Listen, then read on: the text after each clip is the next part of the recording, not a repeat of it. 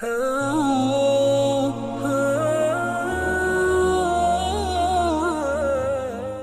ar-Rahman ar-Rahim. Alhamdulillah wa salatu wa salamu ala Rasulillah.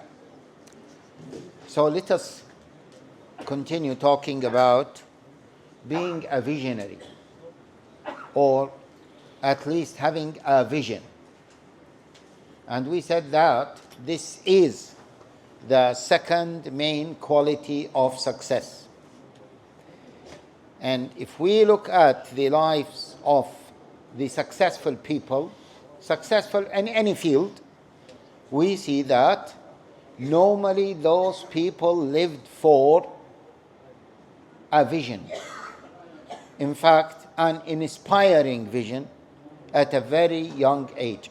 We mentioned about the prophets. And regarding our Prophet sallallahu alaihi wasallam, we see that Allah Jalla wa Ala inspired him from a very young age that he will be a different person. What do you think? Any story of the life, of the early life of the Prophet sallallahu alaihi wasallam that proves that he was inspired by Allah Jalla wa Ala that he will be a different person?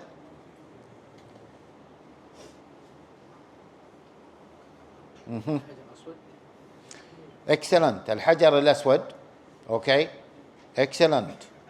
In fact, I was going to mention that. But before that. Excellent. Excellent. You know, when the Prophet ﷺ was sent by his mother to the suburb area, Bani Sa'diyah, they used to send their children into the desert to spend their early days in the desert. Why? Because the desert is a more healthy environment, and they will pick up the pure Arabic language, and they will become even more brave because they will be alone by themselves, and there is no electricity at that time. There is no electricity anyway. There are no lights. So that was their habit.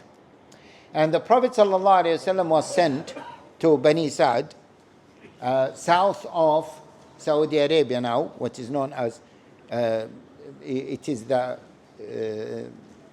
between Taif and Abha. And what happened during that period? His brother of breastfeeding, he came to his mother, the Halim al-Sa'diyah, the mother of the Prophet ﷺ, who used to breastfeed him. And he said, Mom, come. Do you know what happened to my brother? Anyway, to cut it short, he said, two different creatures came, and they had basically an operation. They cut his chest, they took out his heart, they cleaned his heart, the heart of the Prophet ﷺ. They removed the evil clot from his heart, and then they put his heart back, and then they put the chest as it was before. This was what? When the Prophet ﷺ was infant, maybe 2 years or something like that. Now, of course, the Prophet ﷺ remembered this. This means that, Ya Muhammad, you young person, you are not any normal person. Live inspired by that. Be inspired by that. Also, there is another key incident. The Shaykh pointed out to that key incident. When he was almost a teenager, he helped in building Al-Kaaba, first of all. At that time, when they were building Al-Kaaba, the young people of Quraysh, they used to carry rocks, the rocks that they used to build Al-Kaaba, to construct Al-Kaaba. And at that time, they were very poor. So what do? They would take their lower garment and fold it and put it on their shoulders in order to be able to carry the sharp rocks on their shoulders, so they will not be injured by those sharp rocks. And the Prophet ﷺ obviously want to help in building Al-Kaaba. Now, when the Prophet ﷺ wanted to do this, he could not do it and he fell asleep. Allah Jalla wa Ala made him to fall asleep because it does not befit the status of the Prophet ﷺ to uncover his lower part.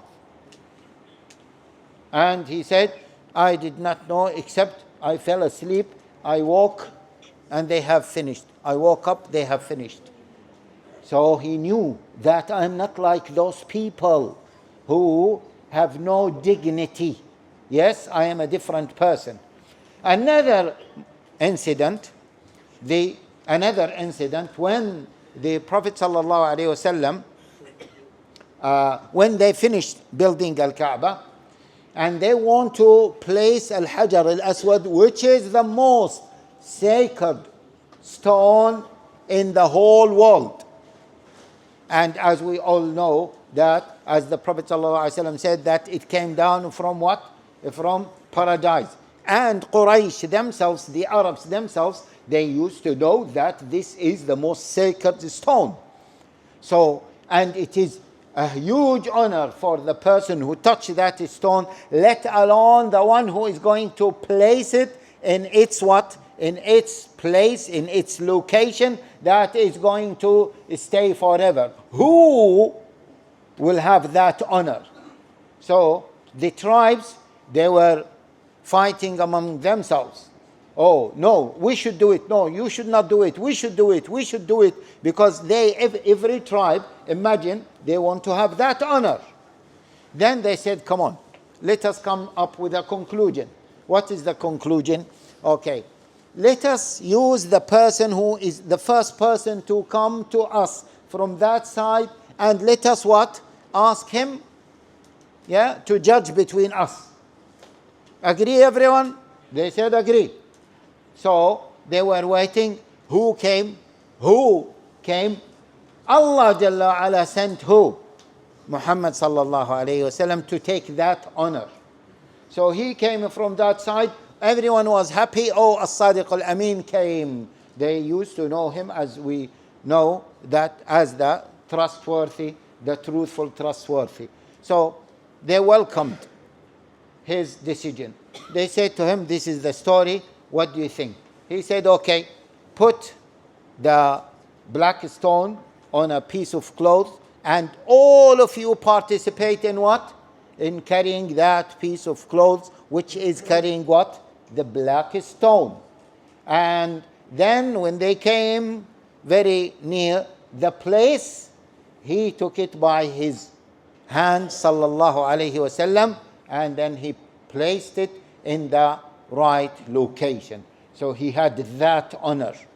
So now everyone knows that this person, Muhammad ibn Abdullah, he is a different person. He knew himself that he is a different person.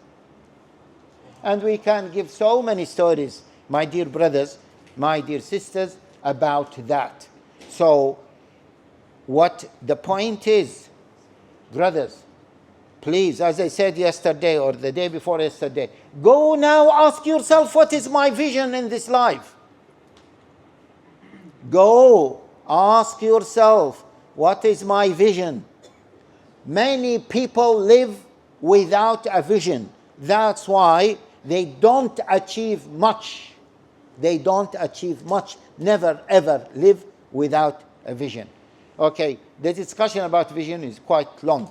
I will just conclude this point. I will carry on inshallah tomorrow. What is the first hadith in Sahih al-Bukhari? Anyone knows? The first hadith in Sahih al-Bukhari is إنما الأعمال بالنيات, the intention. وإنما لكل امرئ ما نوى. Actions are judged by intention, and every person will get what he intended. This hadith actually is talking about the vision. And subhanallah, I was so shocked when I had that reflection that this is the first hadith mentioned in Sahih al-Bukhari. And as Imam al-Shafi'i said, I would put this hadith in 80 chapters of ilm. And Imam Abu Dawud, he said, this is one of the 4 fundamental ahadiths that the deen is built on. Yeah? What does it say? What do you want to achieve? Yeah? You will judge according to what is your motivation, and you will get what you wanted to achieve. وَإِنَّمَا لِكُلِّ امْرِئٍ مَا نَوَى. You will get what? You will get what you wanted to achieve. Yeah? Which is what? Which is your vision.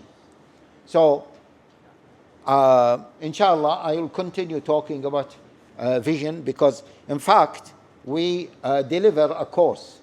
Our organization and Sapiens, Brother Hamza Tuzorzik, we deliver a course called the Visionaries. Yeah, we delivered it in a few countries, and it change the life of people. Most of the people who attended those courses are those brothers who are active in da'wah, or they have senior positions, and after attending the course, they say that we started to see life differently. We started to see our activism differently. We started to see things differently, because now we always think of what is the vision, what is the goal, what is the ultimate vision. And tomorrow, inshallah, I'll speak about different types of vision. May Allah Jalla wa Ala accept from all of us. Jazakumullahu khairan.